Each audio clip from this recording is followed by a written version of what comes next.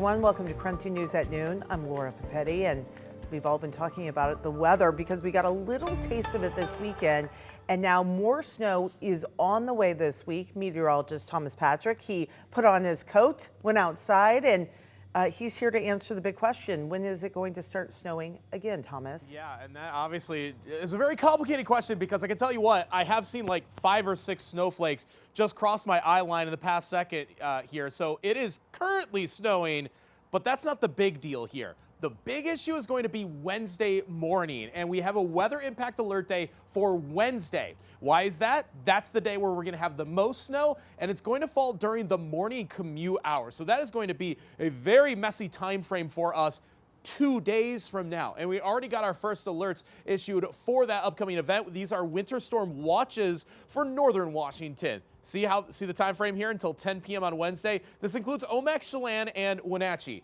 These 3 cities and areas are going to get the most snow for this upcoming Wednesday. They're not the only ones to get snow, though. I'm expecting by tomorrow morning to get another batch of alerts from the National Weather Service office here in Spokane for warnings and advisories in anticipation of Wednesday's event.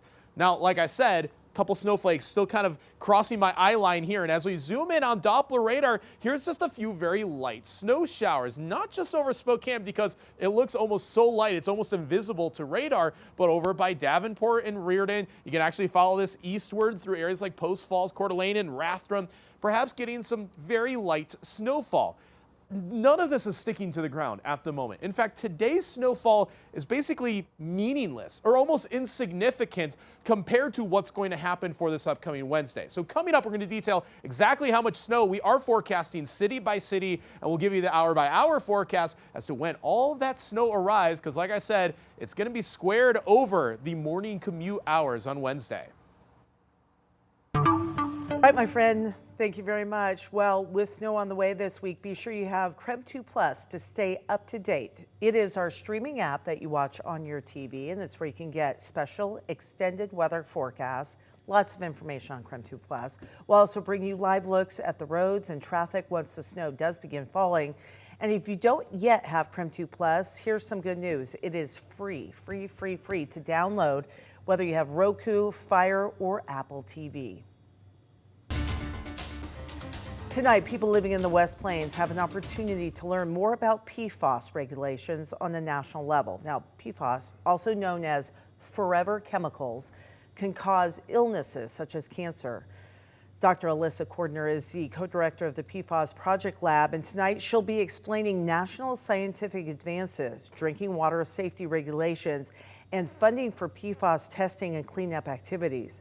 The meeting is free and open to the public. It begins at 6:30 tonight. That's at the Hub in Airway Heights.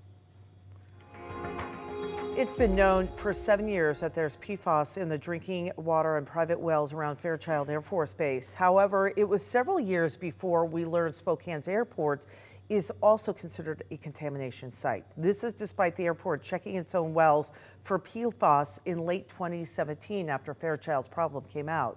Washington's Department of Ecology says the airport kept it quiet even after state disclosure mandates. That decision not to let the public know or let the authorities know, the Department of Ecology, cost us 7 years. And that's the biggest problem. That's, you know, it's one thing to have your water source polluted. To keep it from the public, it's unconscionable. It destroys your trust. The question now is what's being done to clean it up and protect those in the path of PFAS, and what Spokane's airport has to say about it. Join us for a KREM 2 investigation. That's tonight on KREM 2 News at 6.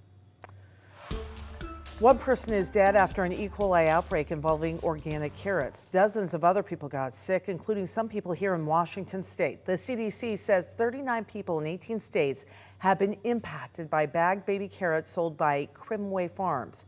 15 people have had to be hospitalized. Right now, Washington has the most infections with 8. The carrots were sold at several grocery stores, including Trader Joe's, Target, and Fred Meyer. The product had a best if used by date from September 11th to November 12th. So if you still have the carrots, the CDC says to return them or throw them out. KREM does have a farm located in Pasco. The CDC has not said yet if they are the source of the outbreak, so we'll certainly continue to follow up on that. This is coming in new at noon. The Gonzaga men's basketball team keeps moving up in the AP poll. The Zags are now up to number 3 after beginning the season 3-0. Kansas and UConn top the poll. Gonzaga has 2 games on the schedule this week. First, a tough matchup on the road tonight at San Diego State. Then the Zags return home on Wednesday to face Long Beach State. And a quick reminder that KSKN 22 is the spot for WSU football. This Saturday, the Cougs travel to Oregon State to take on the Beavers, and you can watch the game live at 4 p.m.